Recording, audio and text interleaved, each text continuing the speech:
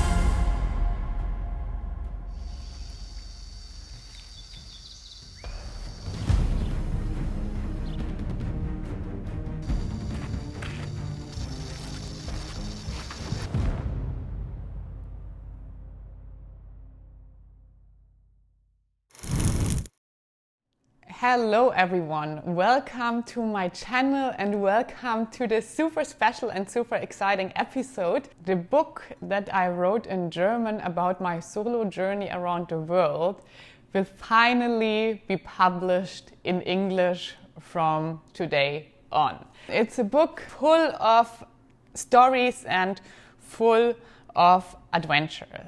And yes, if you really want to support me, get this book and leave a good review on Amazon. To celebrate this release date of my book, I put together a little video. I think especially for people who already read the book, these videos will be very interesting because they will maybe see the one or other person that this book is about and now enjoy all the little videos from my ride around the world. People often told me how courageous it is to be on the road alone, to go to foreign countries solo as a female traveler. I have often heard that it's brave to do a trip around the world on a motorcycle all by myself, but that's not the truth I experienced. As soon as I took off from Germany to my trip around the world, I didn't feel courageous. But my heart felt wild and free.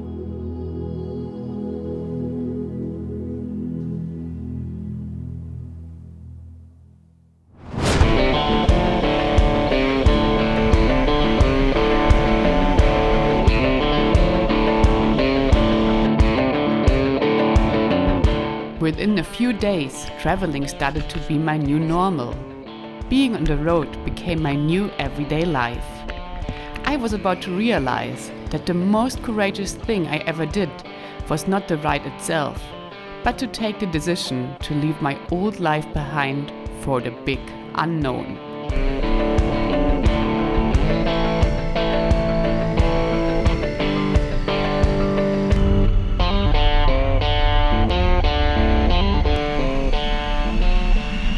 I just had done my motorcycle license about 1.5 years before I went on this trip. But my lack of riding experience and mechanical skills didn't stop me from taking off and do what I had always dreamt of. An overland journey from Europe to Thailand and then to the rest of the world. Yes, you can call it naive, but I strongly believe that we can only grow if we try things, even if we don't master them yet. But my journey already came to a sudden stop more quick than I expected.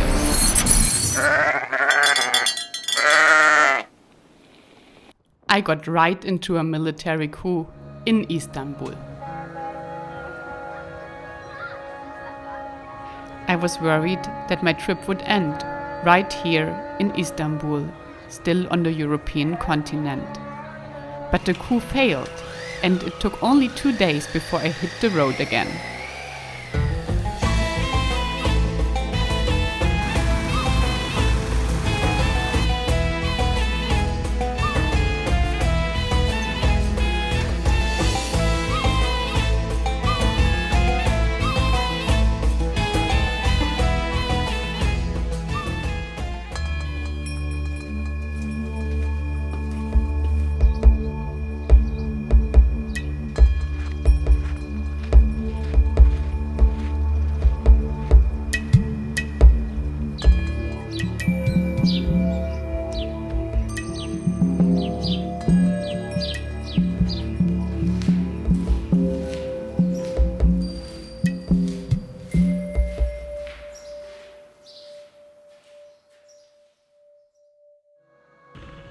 My journey had to continue.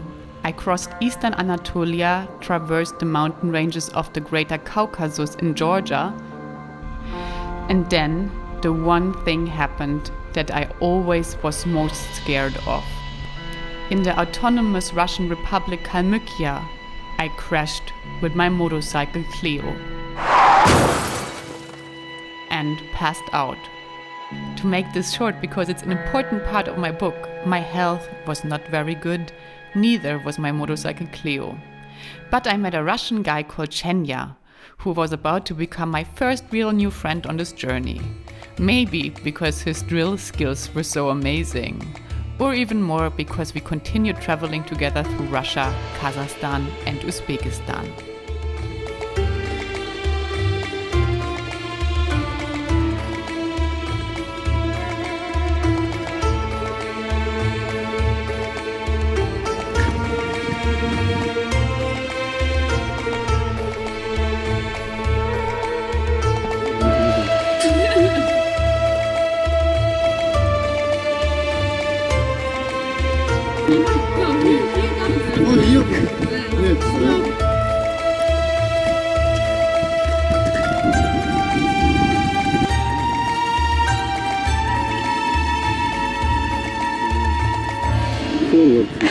Okay, I go.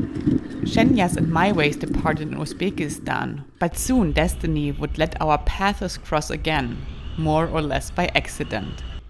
I was attempting to ride the famous Pamir highway in Tajikistan, right at the border of Afghanistan, over 4,000-meter high mountain passes, all alone in pouring rain. Doesn't sound like a good idea? It wasn't.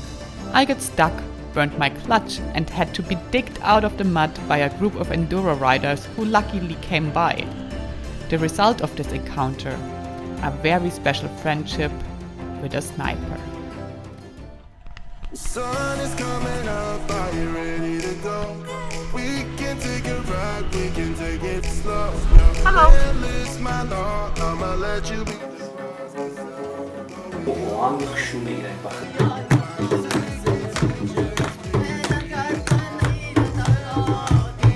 I can break your fall, you will, it's my law, I'ma let you be the boss. That's Michael. We are in the middle of Pamir Highway. That's our view. That's Cleo, who turned out to be Cleo again, and not a monster anymore. And tonight is our playground. We are kings of the world. And anywhere it's homebound, we are kings of the world. And tonight is our playground. We are kings of the world.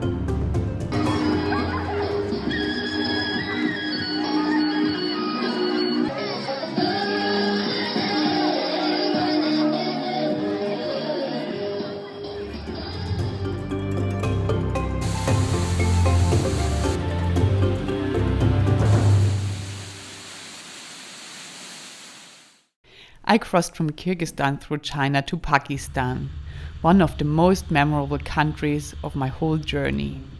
Not only because of the majestic Karakoram mountain range and roads over 4,000 meters altitude, but because of one very special encounter that I will remember forever.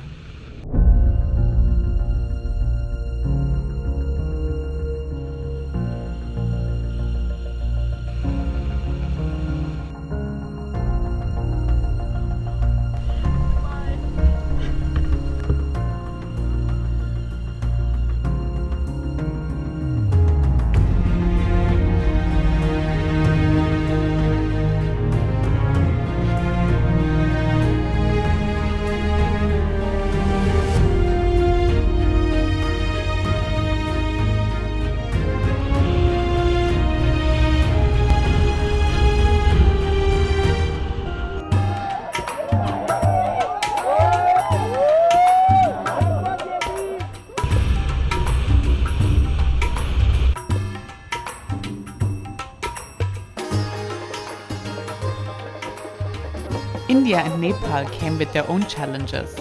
In Nepal, the rainy season was later than I expected, and I realized that the best advice is always to follow local guidance, even when things go completely wrong. I promise you will have a good laugh in my Nepal chapter.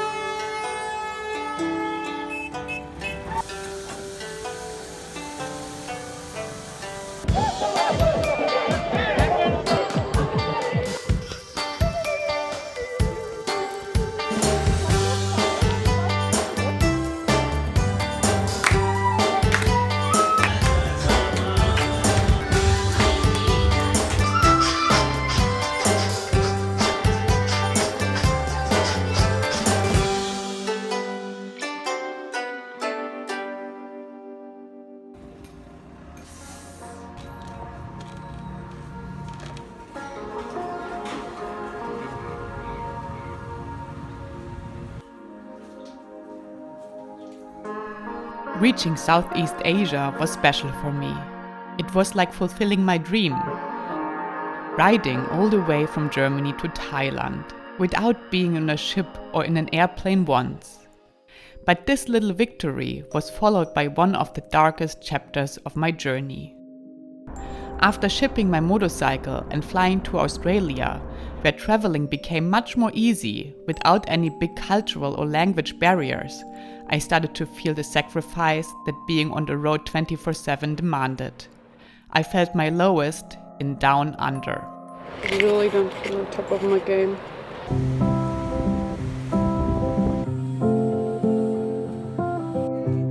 Somehow I managed to crawl out of my little self-digged black hole. And after the flight to Australia, Cleo and I went on another flight to Buenos Aires in Argentina.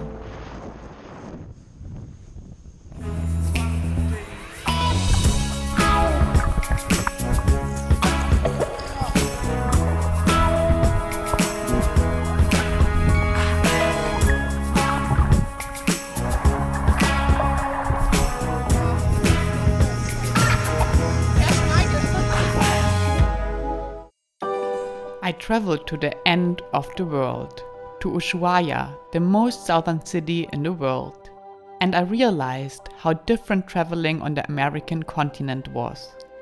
All visas on arrival, no big pre-planning. For the first time of the journey, I was just able to go with the flow. But my flow seemed to be a bit out of rhythm and gave me new challenges to master. I burned my eyes in the highest desert of the world.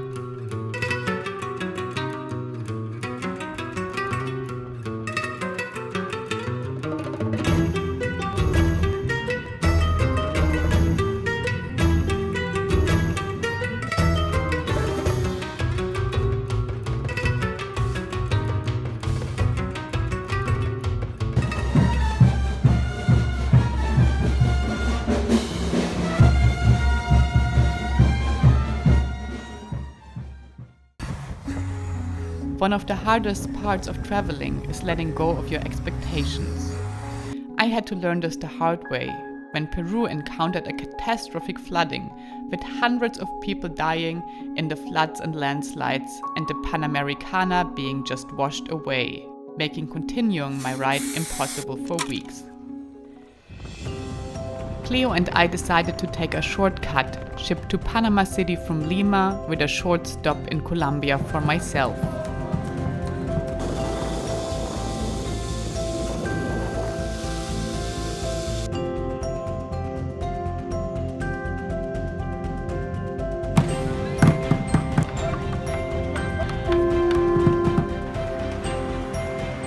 The ride through Central America and some of its more dangerous countries like El Salvador or Honduras was just lovely.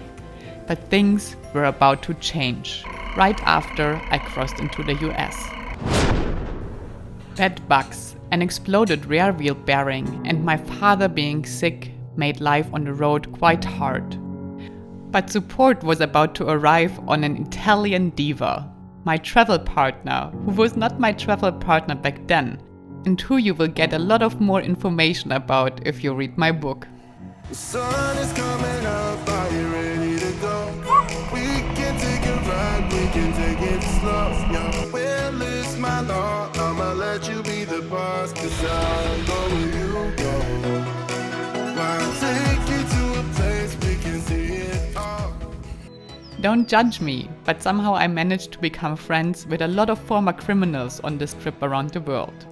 One of them I met in Canada, and he turned out to be one of the most lovable people I met on this trip.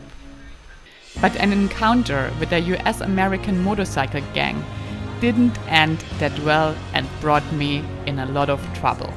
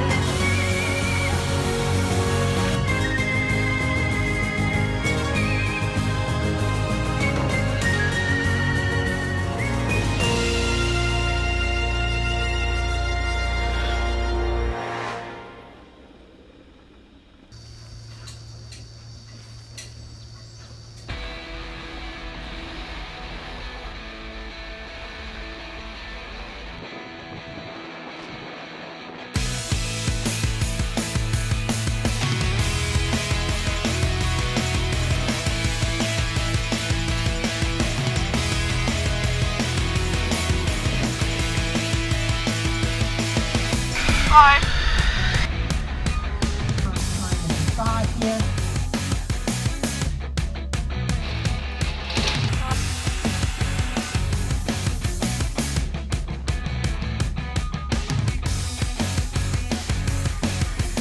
Initially, I had planned this journey to last 1 year. Meanwhile, I had been on the road for more than 17 months. After visiting Newfoundland and New York City, it was finally time to start my journey home, even though I barely remembered what this word even meant to me.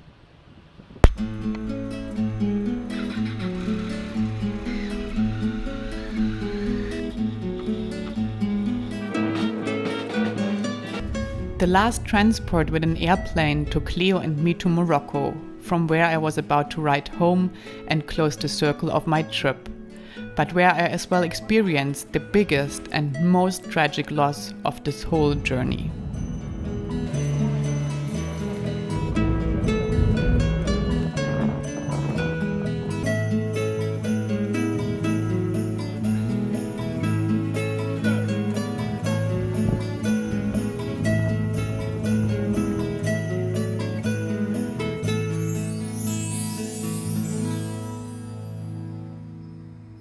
I have been going around in circles, and now I'm back where I started.